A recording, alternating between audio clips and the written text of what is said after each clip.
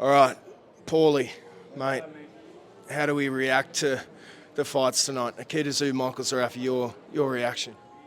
Zerafa quit. I mean, I want to try to find the silver lining for him, but there is no silver lining. I get what he was doing. He was, trying to escape without taking too many lumps. I get there. You're late in your career.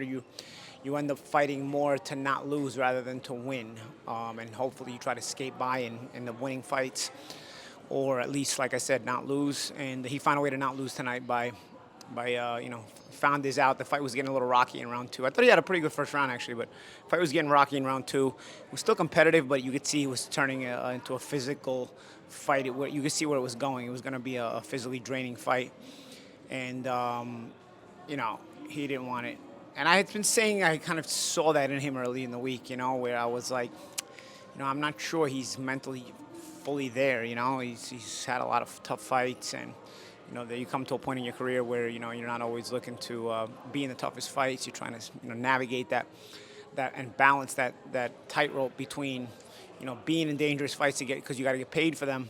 It's the only way to get good money. But at the same time, those dangerous fights present a lot of danger to you, and you're at the point in your career where you want to escape that danger. So you got to try to kind of walk that tightrope, and sometimes you're able to. Sometimes you're able to pick up some wins here or a win there, by fighting not to lose, by sort of, fighting boring fights or just fighting technically sound fights. But with a kid like Nikita Tszyu, it was always going to go down that path because he's an intense fighter. He's young, he's vicious, he's ferocious. So there was always going to be that question asked of him. And as I read his body language this week, I just felt like he was in that place where if things got too tough, he was going to check out. I've been saying it all week. I was hoping that I was wrong when I saw him get in Nikita's face yesterday at the weigh-in. I thought, okay, maybe might be a little bit switched on, but you saw the result tonight. There was no blood in his face. He quit. And then he knows because he lied in the interview afterwards. He said he didn't say certain things, and then there's video, and he's you can see in the video he said he couldn't see, so that's how you're also covering something up when you have to lie, because if you don't. You never have to lie if you have nothing to cover up, if you don't fear what the truth is, right? So, he knew the truth was that he said he quit. That he said he couldn't see. So then he had to lie about it. So he's consciously making an effort. It's not like you don't know what you said, right? So he's consciously making an effort to cover it up. As a fighter with 40 fights, he would have been well aware that as soon as he says, he can't see, he knows what happens next, right? Of course, yeah, of course. That's also a veteran move. Like I said, you're thinking about floating at that point, moving on to the next one and trying to get another payday. The problem Mike Zerafa is going to have is that he's sort of made himself a liability. All week I heard about the question marks about Zerafa through the years, where he pulled out on Tim Tszyu the week of the fight.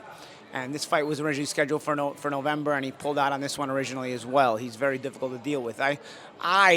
These are just things I'm repeating. I didn't say them because I don't know any better, but this is what I've been hearing. So he sort of has this bad reputation to be difficult to work with, and I just fear that now he's made himself a liability. Yes, there's a chance where you could sell this as a rematch, but the problem is the liability can present itself again, and he's kind of shameless enough to do it again if there's a headbutt before 4 rounds. And can you really risk this if you're the promotion? Is there any amount of money worth that risk if you're the promotion? So, I don't know. I don't know what to think, man. You think you've seen everything in boxing, but then you see this too. Who loses most in this? Is it the fans? Is it the promoters? Is it boxing in general? Is it Nikita Tszyu? Who loses out here? I think Mike Zerafa loses the most. I think fans lose. Sure, they got copped out of the main event that they paid for, but I think Mike Zerafa loses, actually. I think this was the worst kind of result for him. I know in the moment he probably thought maybe he was skating a bad situation and swerving it, but I think it's dawning on him now that this is probably the worst thing that could have happened. If he would have went out on his shield, even if he would have lost, he would have got that respect. He may wind up being blackballed because he's such a liability, and then also having to carry this burden that people have lost respect for him. This is why it's just best to go on your shield as best as possible if you're going to take this type of fight. There's a responsibility you have to fans, to the network, to the sponsors, to everything. There's in life. There's also principles. So, not everybody's cut out to be a fighter, but if you're going to accept a fight, there's principles. This is actually why, in some ways, I was, not to make the comparison, because Zerafa's obviously a much high-level fighter, but I had a lot of criticism of Jake Paul a few weeks back because you can't sell me a fight and then expect to try to run, because Jake Paul would have tried to run all 8 rounds. If he could have survived to run around the ring all 8 rounds, he would have, without ever intending to fight. So you can't sell me a fight. As a paying customer, the network, the sponsors, you can't sell them a fight and then do that, or do what Mike did tonight, which is not quite as bad as what Jake did, but it's pretty bad, So, on principle, there's a principle factor that you have to take into consideration, and if you have to have the backbone to go through with what you commit to. Just last one. Does Nikita Tszyu gain anything from tonight? Got paid. Did you see anything from him in there? Did he look all right, or how did you think he looked? Oh, Nikita's Nikita. He's technically flawed. He probably lost round 1, but he was going to start to make it uncomfortable. He was making it uncomfortable. The second round was very physical, and it was going to just start to debilitate into that rough and tumble kind of fight, which Nikita specializes in, And Mike's smart enough to know that where it was going. He's a veteran. He knows that it was going down that path, So he saw the way out, and he took it, And he thought in the moment he probably was the way out that could benefit him because he could evade a loss. And sure, he's evaded a loss, but it was just so obvious that, unfortunately, he probably did himself a disservice. Or he actually did do himself a disservice. And the paying customer, the fans, the sponsors, like I said, everybody else also was done a disservice. Because as a fighter, you have that responsibility. I'll say it again. You have a responsibility to go out like a fighter.